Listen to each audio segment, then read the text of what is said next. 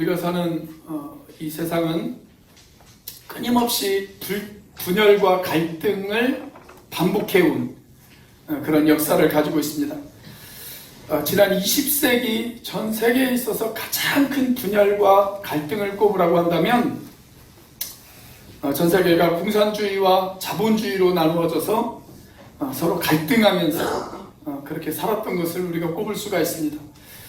그러다가 20세기 후반에 들어서면서 하나씩 둘씩 공산주의 국가들이 붕괴되어지기 시작을 했어요.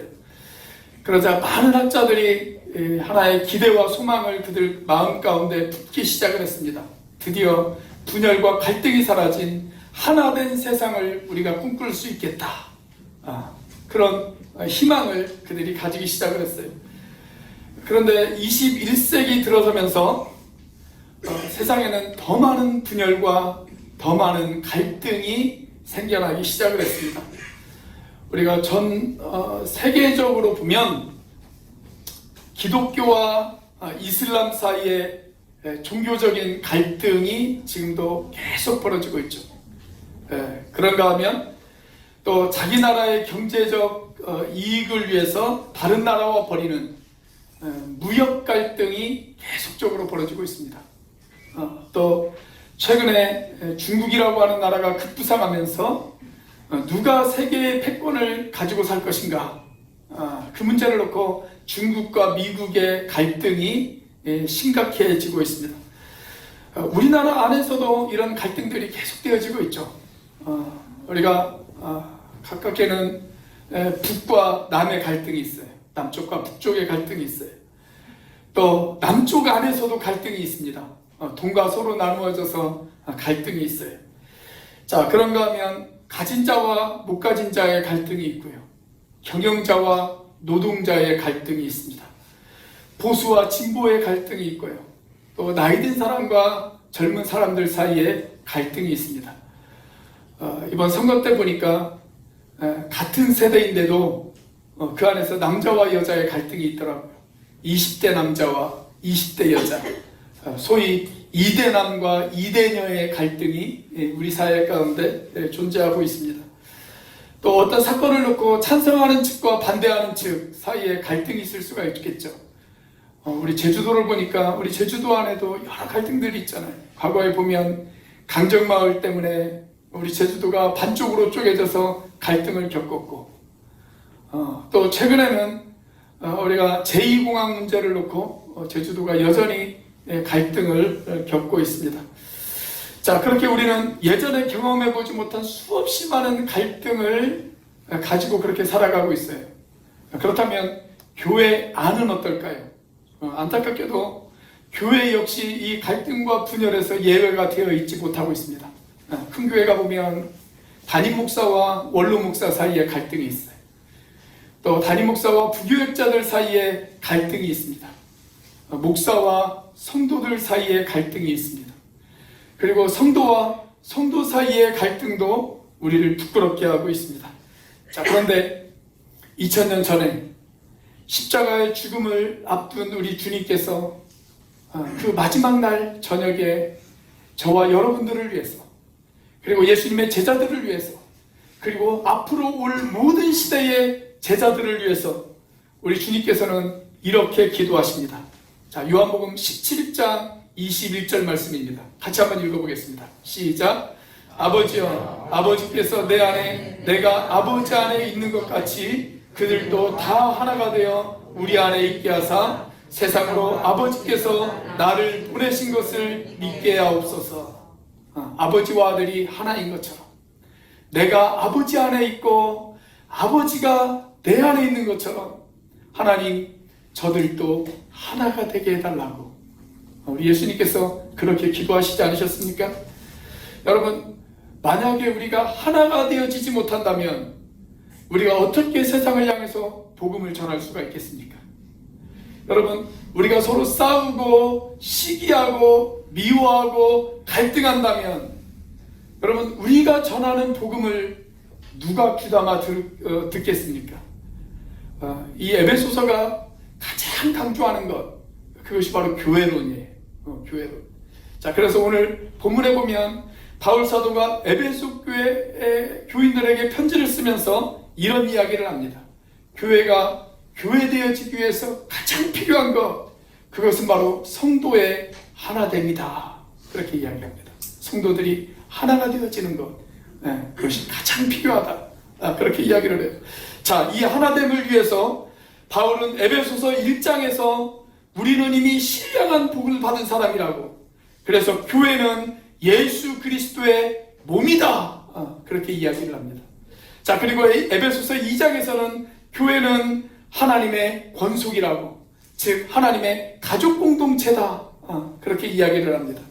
자, 그리고 3장에서는 교회는 함께 상속자가 되고 함께 지체가 되고 함께 약속에 참여한 자가 되었다라고 그렇게 이야기를 하고 있습니다.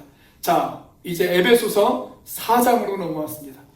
이 에베소서 4장에서 바울은 이 4장 전체를 이해하는 가장 중요한 화두로 이런 표현을 사용을 합니다.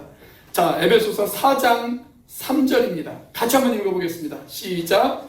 평안에 매는 줄로 성령이 하나 되게 하신 것을 힘써 지키라. 자, 이 말씀을 자세히 한번 보세요. 여기 보면 바울이, 여러분 평안에 매는 줄로 하나가 되십시오, 이렇게 이야기하고 있지 않아요. 그죠? 뭐라고 이야기하고 있습니까? 하나 되게 하신 것을 힘써 지켜라, 그렇게 이야기하고 있습니다. 다시 말하면 여러분 하나가 되십시오, 이렇게 말하는 것이 아니고 여러분은 이미 하나입니다. 여러분이 해야 할 일은 하나 된 것을 지키시는 일입니다. 그렇게 이야기를 합니다. 즉 저와 여러분이 이미 하나가 되었다는 것을 전제해 놓고 이야기를 하고 있어요. 전제해 놓고. 그런데 여러분, 우리가 하나가 되어진 것, 그것은 우리의 노력으로 되어진 것이 아니에요. 어떻게 되어진 것입니까? 성령께서 이미 우리를 하나로 묶어주셨어요. 성령께서 우리를 이미 한 몸으로 만드셨고, 우리를 한 가족이 되게 하셨고, 그리고 우리를 한 지체가 되어지게 하셨습니다.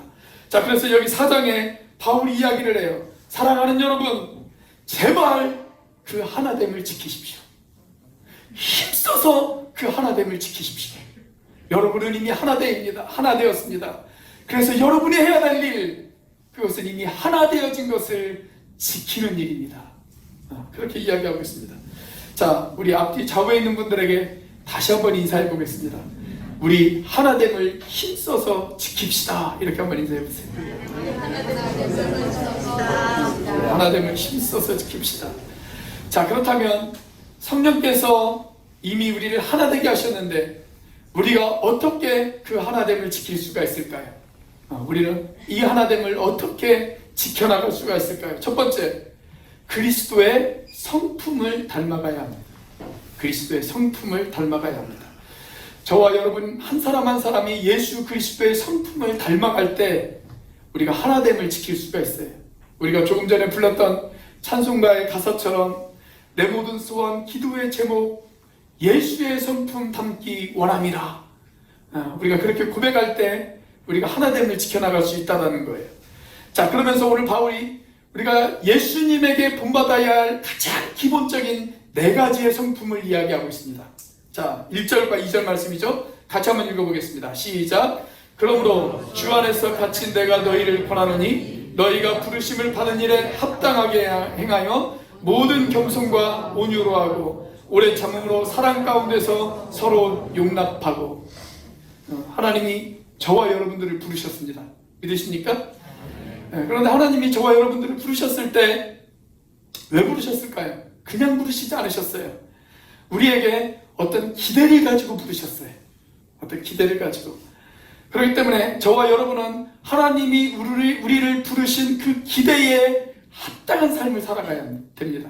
그 기대에 맞는 삶을 살아가야 돼요. 그냥 막 살면 안 돼요. 하나님의 기대에 합당한 삶을 우리가 살아가야 돼요. 자, 그런데 그 기대에 합당하게 살아가기 위해서 저와 여러분들에게 필요한 4가지의 성품, 그 4가지가 뭐예요? 첫째는 겸손, 둘째 온유, 셋째 오래 참음, 넷째 사랑 가운데서 서로 용납하는 마음. 그 4가지가 필요하다는 거예요. 사랑하는 여러분, 이따금씩 교회 안에서 성도들끼리 서로 분열이 생겨요. 그래서 관계가 흔들리고 그 관계가 깨지고 그래서 서로가 서로에게 아픔을 줄 때가 있습니다. 그때 그 상황을 한번 자세히 관찰해 보세요. 그러면 우리가 틀림없이 발견할 수 있는 사실이 하나 있습니다. 그게 뭐냐면 우리 중 누군가가 겸손하지 못했어요. 우리 중 누군가가 온유하지 못했습니다. 우리 중 누군가가 오래 참지 못했습니다. 그리고 우리 모두 서로가 서로에게 사랑으로 용납하지 못했습니다. 그래서 관계가 깨어지고 분열이 생기기 시작하는 거예요. 그래서 교제의 위기가 찾아오고 그리고 서로의 관계가 흔들리고 그 관계에 갈등이 생기고 분열이 생기는 이유, 이 네 가지가 부족했기 때문에 그렇습니다. 자, 그래서 바울은 이 네 가지를 강조하고 있어요. 겸손함, 온유함, 오래 참음, 사랑으로 서로 용납하는 마음, 이 네 가지를 강조하고 있습니다. 자, 그런데 여러분, 이 네 가지를 완벽하게 가지고 계신 분, 그분이 누구일까요? 우리 주님이시죠. 우리 주님. 여러분, 우리 주님이 어떤 분이십니까? 그분은 겸손하신 분이십니다. 그분은 온유하신 분이십니다. 그분은 오래 참으시는 분이십니다. 그분은 사랑으로 저와 여러분들을 기꺼이 용납하고 받아들여 주신 분이십니다. 자, 어느 날 우리 예수님께서 자기 자신을 소개하면서 이런 놀라운 선언을 예수님께서 하십니다. 마태복음 11장 29절. 자, 같이 한번 읽어보겠습니다. 시작. 나는 마음이 온유하고 겸손하니 나의 멍에를 메고 내게 배우라. 그리하면 너희 마음이 쉼을 얻으리니. 자, 우리 주님은 온유하고 겸손하신 분이다 라고 그렇게 이야기를 하고 있어요. 여러분, 온유하고 겸손한 사람들에게는요, 사람들이 찾아와요. 사람들이 찾아옵니다. 왜냐하면 그 사람과 가까이 하면 마음에 쉼을 얻기 때문에 그렇습니다. 자, 그런데 마음이 온유하지 못하고 겸손하지 못한 사람들에게는 사람들이 가까이 왔다가 다 떠나요. 왜 그럴까요? 가까이 해보니까 마음이 불편하거든요. 그 사람과 가까이 보내니까 마음이 불편해요. 자, 여러분들은 어떤 분이십니까? 여러분들은 사람들이 여러분들에게 다가와 쉼을 누리시는 분이십니까? 그렇다면 여러분들은 온유하고 겸손하신 분이십니다. 자, 그런데 사람들이 여러분에게 가까이 다가왔다가 그분들이 다 떠나는 혹시 그런 분은 아니십니까? 그렇다면 여러분은 온유와 겸손을 배울 필요가 있는 분들입니다. 자, 예수님께서는 온유하고 겸손하셨어요. 자, 그리고 그분은 동시에 오래 참을 줄 아시는 분이셨습니다.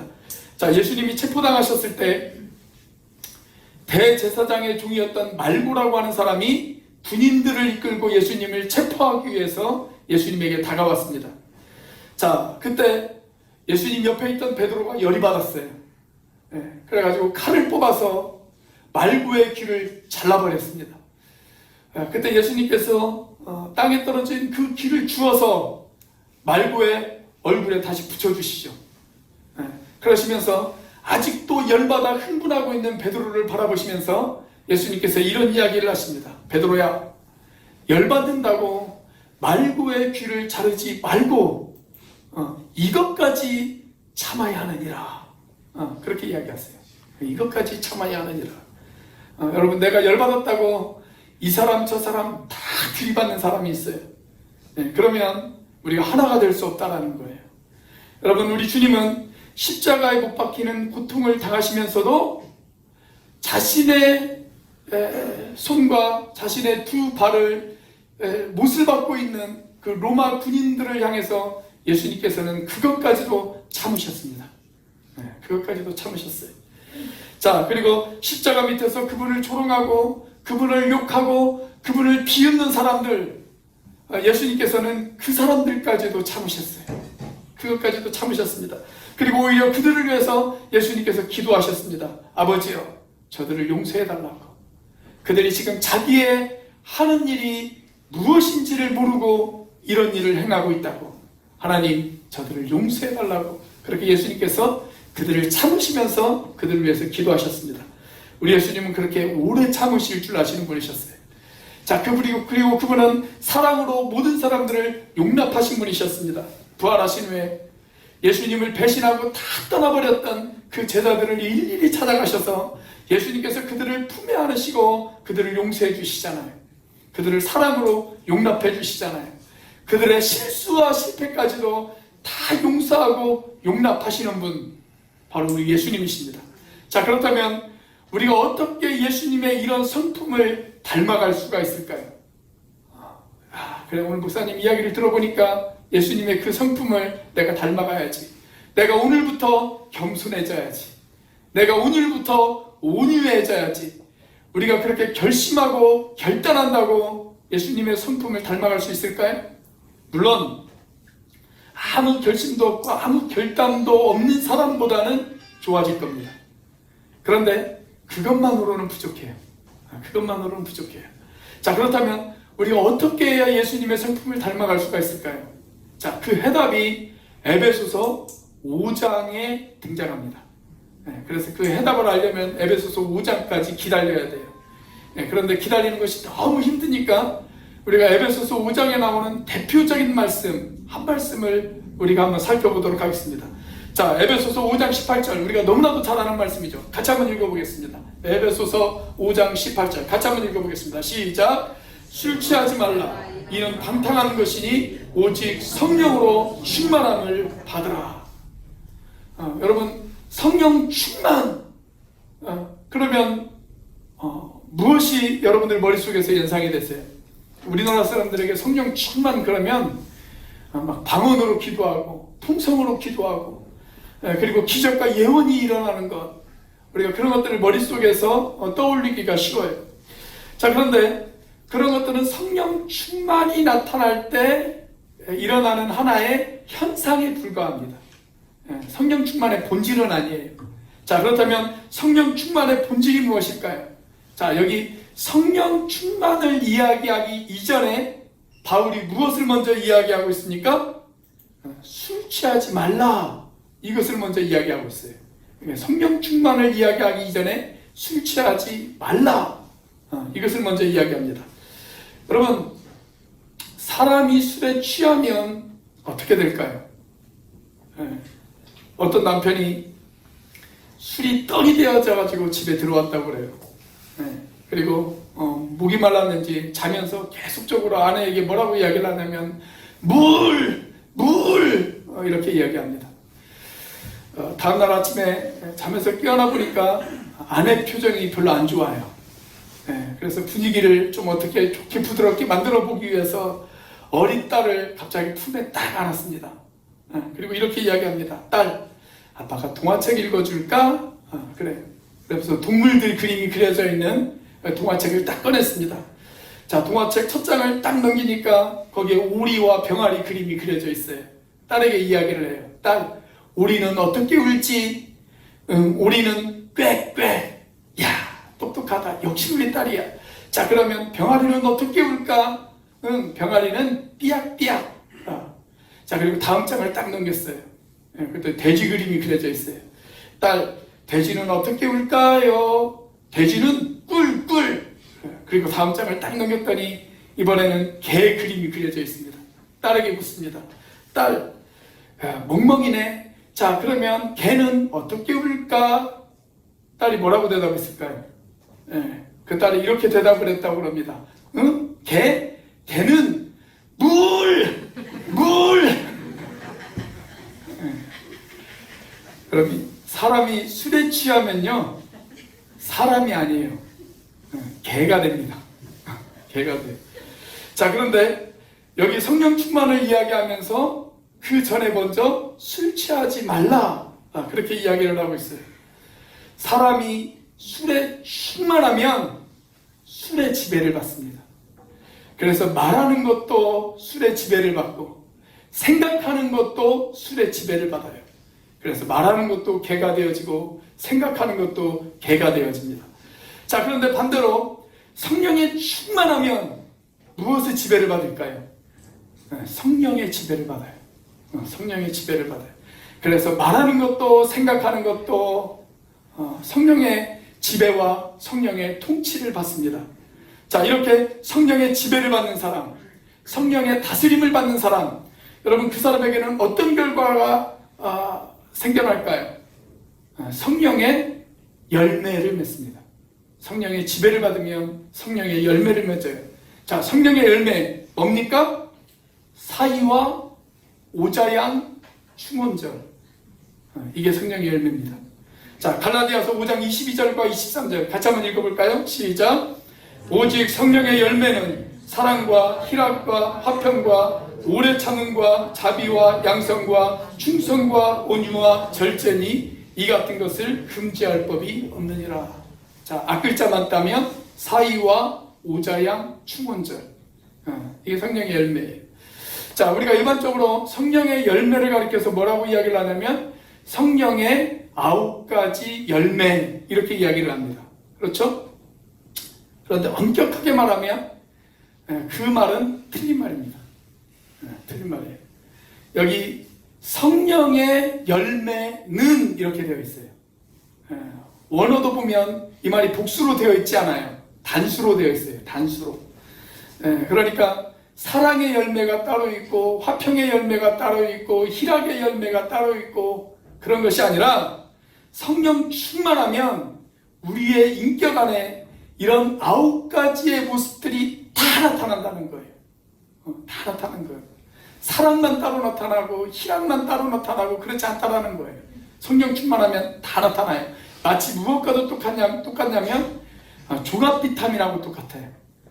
제가 어제 약국에 가보니까 그 약국에 이렇게 쓰여져 있더라고요. 11가지 비타민을 하나래.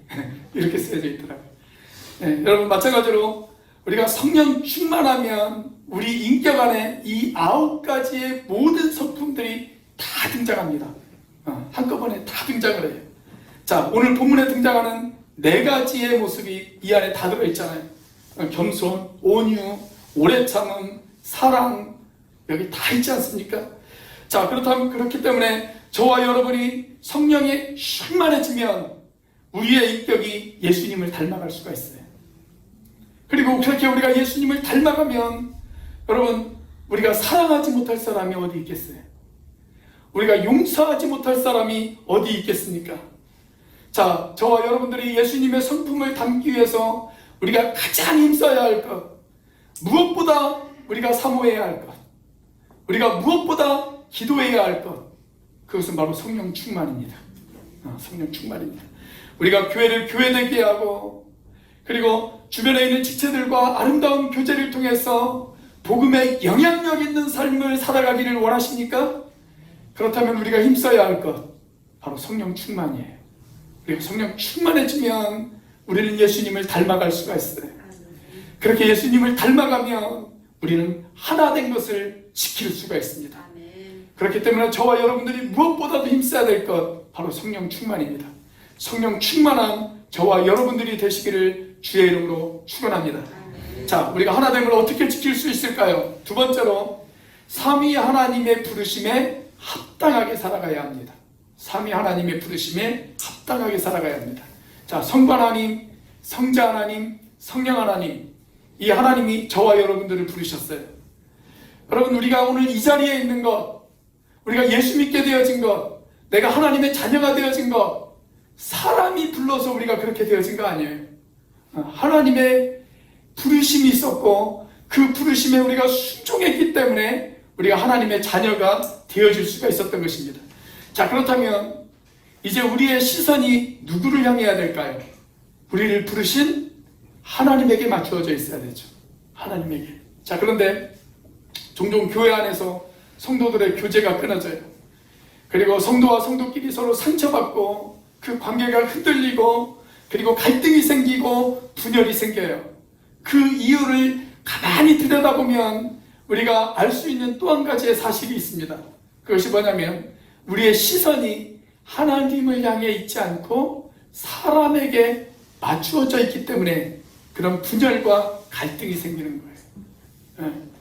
여러분, 우리가 사람을 바라보면 거기에는 반드시 실망이 찾아오고 낙심이 찾아옵니다. 여러분, 아무리 괜찮은 사람이라 할지라도요, 자세히 들여다보면 틈이 있어요. 저도 그렇고 여러분들도 그렇습니다. 그 사람이 아무리 괜찮아 보여도 그 사람하고 가까이 하고 그리고 그 사람하고 이야기하고 깊은 교제를 나누다 보면 그 사람에게 반드시 틈이 보여요. 틈이 보여요. 그 틈을 보는 순간 우리는 그 사람에게 실망을 느끼죠. 자, 그런데 여러분, 그래서 우리가 어떤 사람이든지 사람만 바라보면 그 속에서 우리는 실망할 수밖에 없고 낙심할 수밖에 없어요. 그렇기 때문에 교회가 되어지고 그리고 성도의 하나됨을 지키기 위해서 우리가 반드시 필요한 것, 그것은 사람을 바라보는 것이 아니라 우리를 부르신 하나님을 바라보는 것입니다. 우리를 부르신 하나님을 바라보는 것. 여러분, 우리가 예수님을 안 믿는 사람들에게 외쳐야 되는 가장 중요한 메시지가 있다면 바로 이것입니다. 주 예수를 믿으라. 그리하면 너와 내 집이 구원을 얻으리라. 예수와 믿는 사람들에겐 우리가 그 메시지를 외쳐야 돼요. 자, 그런데 이미 예수님을 믿는 사람들, 이미 믿음의 공동체 안에 있는 사람들, 그 사람들에게 성경에서 강조하는 가장 중요한 메시지가 있다면 바로 이것입니다. 하나님만 바라보라. 이거예요. 하나님만 바라보라. 사람 바라보지 말고 하나님만 바라보라. 사람을 바라보면 실망할 수밖에 없고 낙심할 수밖에 없어요. 그렇기 때문에 우리가 하나님을 바라보라는 거예요. 하나님을 바라보라. 하나님 바라보지 못하고 사람 바라보면 우리의 신앙 전체가 흔들릴 수밖에 없습니다. 자, 지금 바울이 로마 감옥에 갇혀 있어요. 그리고 에베소 교회 교인들에게 편지를 써요. 아마도 바울은 이 편지를 쓰면서 내가 이제는 두 번 다시 에베소 교회 교인들을 볼 수 없을 것 같다 라고 하는 것을 직감적으로 깨달은 것 같아요. 자, 그래서 간절한 마음으로 이 에베소 교회가 믿음의 터 위에 굳건히 서서 모든 사람들에게 영향력 있는 교회가 되어지기 위해서 그들에게 반드시 필요한 것, 그것은 에베소 교회 교인들이 바울 자기 자신을 바라보는 것이 아니라 하나님을 바라보는 것이라고 그렇게 이야기하고 있습니다. 삼위일체 하나님을 바라보는 것이 가장 중요하다. 그것을 이야기하고 있어요. 자, 그런데 우리가 일반적으로 삼위일체 하나님을 이야기할 때 그 순서가 어떻게 됩니까? 성부, 성자, 성령 이렇게 이야기하죠. 자, 그런데 오늘 본문 말씀을 보시면 바울은 거꾸로 이야기하고 있어요. 자, 4절에서 먼저 성령 하나님을 이야기합니다. 그리고 5절에서 성자 대신 우리 주님을 이야기합니다. 그리고 6절에서 성부 대신 우리 하나님을 이야기합니다. 자, 왜 그랬을까요? 왜 바울이 성부, 성자, 성령을 거꾸로 성령, 성자, 성부 이 순으로 이야기를 하고 있을까요?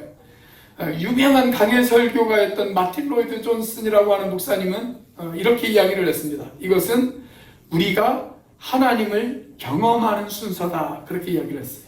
우리가 하나님을 경험하는 순서다. 여러분, 우리가 삼위 하나님 가운데 가장 먼저 만나는 분 누군지 아십니까? 성령 하나님이세요. 성령 하나님. 여러분들이 의식했든 의식하지 못했든 우리에게 제일 먼저 찾아오시는 분, 그분은 성령 하나님이십니다. 그분이 나에게 제일 먼저 찾아오셔서 내 죄를 발견하게 하세요. 그리고 내가 죄인임을 깨닫게 하세요. 그리고 예수 그리스도를 믿어야 될 필요성을 느끼게 하세요. 그래서 내 마음을 흔들어 놓고 예수 믿고 싶어하는 마음을 가져다 주시고, 그리고 마침내 예수님을 영접할 수 있도록 나를 도우시는 분, 그분이 바로 성령님이세요. 자, 그 이야기가 바로 4절 말씀에 등장을 하죠. 자, 4절 같이 한번 읽어보겠습니다. 시작. 몸이 하나요 성령도 하나 한 분이시니 이와 같이 너희가 부르심의 한 소망 안에서 부르심을 받았느니라. 그분이 내 안에 예수 그리스도를 믿어야 되겠다라고 하는 소망을 불러일으키세요. 그렇기 때문에 혹시 오늘 이 자리에 아직 예수님을 영접하지 못하신 분들이 계시다면 이렇게 기도하셔야 됩니다. 성령님, 저에게 찾아와 주세요. 저에게 찾아와 주세요. 저에게도 예수님을 믿을 수 있는 마음을 심어주세요. 제가 죄인임을 깨닫게 해주세요. 그리고 나를 위해 돌아가신 예수님을 발견할 수 있도록 성령님 나를 도와주세요. 그렇게 기도하셔야 돼요. 자, 그 다음에 이 성령님의 도우심으로 드디어 예수님이 구주임을 발견했어요. 그리고 그 예수님을 나의 주님으로 영접했어요. 그분을 만났고 그분을 경험했고 그분을 나의 주님으로 영접했습니다. 자, 그리고 그 예수님을 한 주님으로 모시고 그리고 그 예수님을 나의 주님이라고 고백하는 하나의 믿음을 가지고 우리가 그렇게 살아가다가 우리가 표현하는 것이 있죠. 그 예수님이 나의 주님이다 라는 것을 표현하는 하나의 고백으로 우리가 무엇을 합니까? 침례를 받게 되어지죠. 침례를. 나는 이 시대에 예수님의 제자가 되었다 라고 하는 그 믿음의 고백으로 우리가 침례를 받습니다. 그것이 바로 5절이죠. 자, 5절 말씀 같이 한번 읽어보겠습니다. 시작. 주도 한 분이시요 믿음도 하나요 침례도 하나요. 자, 이렇게 예수님을 주님으로 만났어요. 성령 하나님이 나를 도우셔서 드디어 예수님을 만났어요. 성자 되신 예수님을 만났어요. 자, 그러면 이제 어떻게 되어질까요? 그 성자 되신 예수님을 이 땅에 보내신 아버지를, 하나님을 나의 아버지로 고백합니다. 그분을 나의 아버지로 고백해요. 그리고 그 하나님이 지금도 만유를 통치하시고 만유를 다스리고 계심을 믿게 되어져요. 자, 그게 6절 말씀이죠. 자, 6절 같이 한번 읽어보겠습니다. 시작. 하나님도 한 분이시니 곧 만유의 아버지시라. 만유 위에 계시고 만유를 통일하시고 만유 가운데 계시도다. 자, 여러분 한번 생각해 보십시오. 우리가 한 분이신 성령님을 경험했어요. 그리고 한 분이신 예수님을 나의 구주와 주님으로 고백했어요. 그리고 한 하나님을 아버지로 모시게 되었어요. 우리가 함께 한 성령님을 체험했고 우리가 함께 한 예수님을 나의 구주로 고백했고 우리가 함께 한 하나님을 나의 아버지라 고백했어요. 자, 그렇다면 우리가 용서하지 못할 사람이 어디 있겠어요? 우리가 품지 못할 사람이 어디 있겠어요? 우리가 한 성령님을 모셨는데 우리가 한 예수님을 나의 구주로 고백했는데 우리가 한 하나님을 나의 아버지로 고백했는데 여러분, 우리가 용서하지 못할 사람이 어디 있고 우리가 품지 못할 사람이 어디에 있겠습니까? 여러분, 우리는 마땅히 서로 사랑하고 서로 용납하며 살아가야 될 하나님의 가족이다 라고 그렇게 이야기할 수가 있지 않겠습니까? 자, 그런데 우리가 이렇게 한 성령 하나님, 한 성자 하나님, 한 성부 하나님으로 하나가 되어졌다는 사실을 망각하고 우리가 사소한 것에 매달려 성도들 사이에 서로 벽을 쌓는 일들이 종종 우리들 가운데 생겨날 수도 있습니다. 그때 우리에게 가장 필요한 것, 그것이 무엇일까요? 내 마음속에 있는 이기심의 벽들을 무너뜨리는 것입니다. 그리고 우리의 시선을 하나님께 맞추는 것입니다. 나를 부르신 성령님, 나를 부르신 성자 예수님, 그리고 지금도 일하고 계시는 그 하나님, 여러분, 그 삼위일체 하나님을 바라보는 것입니다. 한 성령님을 바라보고 한 성자 하나님을 바라보고 한 성부이신 하나님을 바라보는 것. 여러분, 그렇다면 나와 너의 하나님이 우리의 하나님이고 나와 너의 예수님이 우리의 주님이고 나와 너의 성령님이 지금도 우리를 위해서 계속 일하고 계시다면 여러분, 우리가 더 이상 싸우고 갈등할 이유가 뭐가 있겠어요? 우리가 서로 존중하고 서로 사랑해야 되는 존재라는 사실을 우리가 깨달을 수밖에 없지 않겠습니까?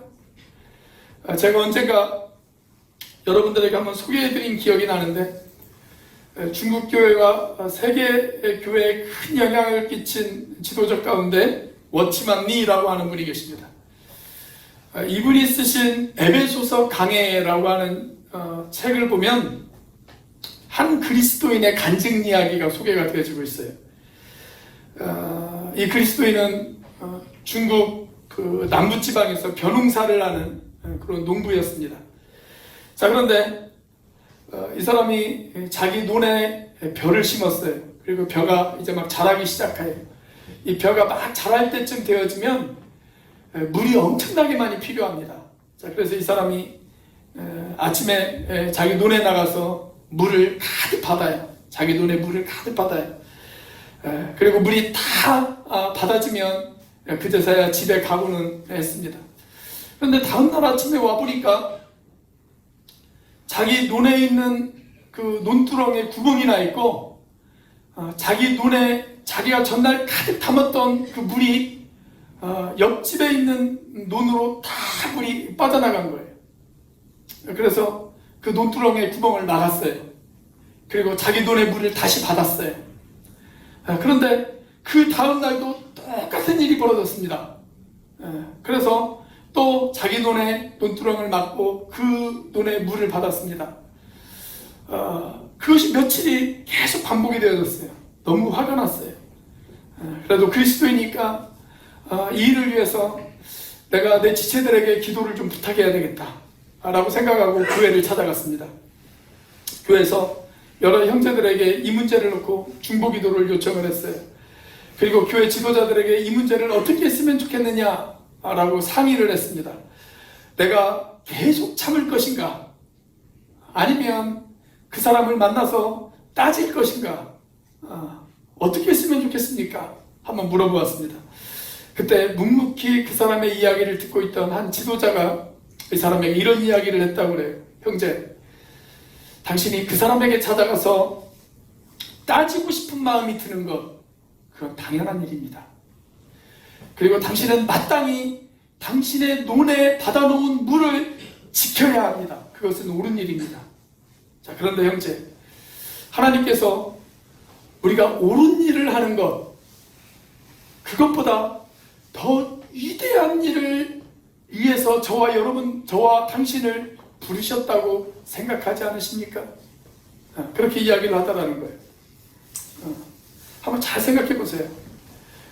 우리 하나님께서는 우리가 옳은 일을 하는 것, 그것보다 더 위대한 일을 위해서 나와 여러분을 부르셨다. 그렇게 이야기를 하더라는 거예요.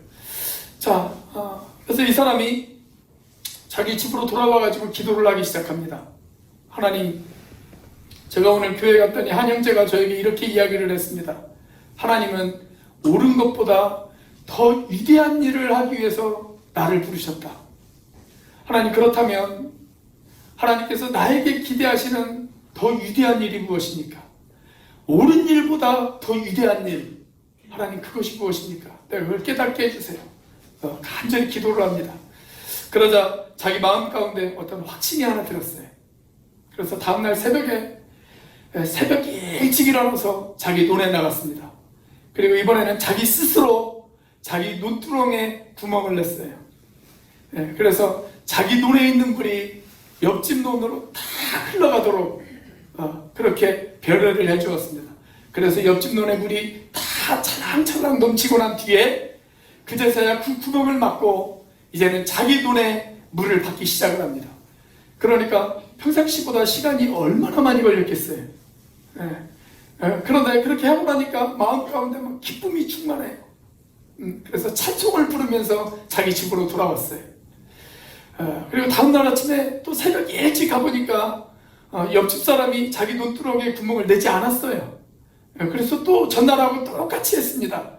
자기가 먼저 논두렁에 구멍을 내서 자기 논에 고여있는 물을 옆집에 다 흘려보내게 한 뒤에 그 구멍을 막고 또 자기 논에 물을 받기 시작을 합니다. 그것이 며칠 동안 그 일을 계속 반복을 했어요. 자, 그러자 어느 날 그 옆집 논의 사람이 이 사람에게 찾아왔습니다. 그래서 이렇게 이야기를 하더라는 거예요. 아니, 왜 당신 논에 있는 물을 스스로 나에게 흘려 보내주십니까? 그렇게 이야기를 하더라고요. 왜 당신은 당신 논에 있는 물을 나에게 보내주십니까? 자, 그러자 이 사람이 이렇게 대답을 했다고 그래요. 그거야 나의 주인이 그렇게 하라고 시켰기 때문이지요. 그래서 이 이웃이 깜짝 놀랐어요. 아니, 내가 알기로는 당신이 이 논의 주인으로 알고 있는데 당신 소장농이요? 당신 주인이 따로 있어? 그렇게 이야기를 하는 거예요. 그러자 이 사람이 빙긋이 웃으면서 이렇게 이야기를 했다고 그럽니다. 아니요, 하늘에 계신 제 주인이 그렇게 하라고 시켰습니다. 그러자 옆집 사람이 이 사람에게 이렇게 이야기를 하더라는 거예요. 그러면 그 주인을 나도 만나볼 수 있겠습니까? 그래서 그 옆집 사람을 전도했대요. 전도했대. 여러분, 이것이 바로 우리 그리스도인의 모습이 되어야 되지 않겠습니까? 옳은 일보다 더 위대한 일을 기대하시는 하나님. 여러분, 가끔 성도들끼리 잘잘못을 따질 때가 있어요. 네가 잘했네, 네가 잘했네, 잘잘못을 따질 때가 있어요. 그런데 여러분, 그 잘잘못을 따지는 것보다 더 위대한 일을 하나님이 저와 여러분들에게 기대하고 계시지 않을까요? 누가 잘했느냐, 그것을 따지는 것보다 더 위대한 일, 그것을 하나님이 저와 여러분들에게 기대하시지 않겠습니까? 오늘 그것이 바로 1절에 기록되어져 있습니다. 자, 1절 말씀 같이 한번 읽어보겠습니다. 시작. 그러므로 주 안에서 같이 내가 너희를 권하노니 너희가 부르심을 받은 일에 합당하게 행하여. 하나님이 저와 여러분들을 부르셨다면, 예수님께서 저와 여러분들을 부르셨다면, 성령님이 지금도 저와 여러분들을 위해서 일하시고 계시다면, 여러분, 우리는 그 부르심에 합당한 삶을 살아가야 합니다. 하나님이 저와 여러분들을 왜 부르셨을까요? 옳은 일보다 더 위대한 일을 하게 하기 위해서 저와 여러분들을 부르셨습니다. 저와 여러분들이 성령께서 하나 되게 하신 것을 힘써 지키는 저와 여러분들이 되시기를 주의 이름으로 축원합니다. 기도하시겠습니다.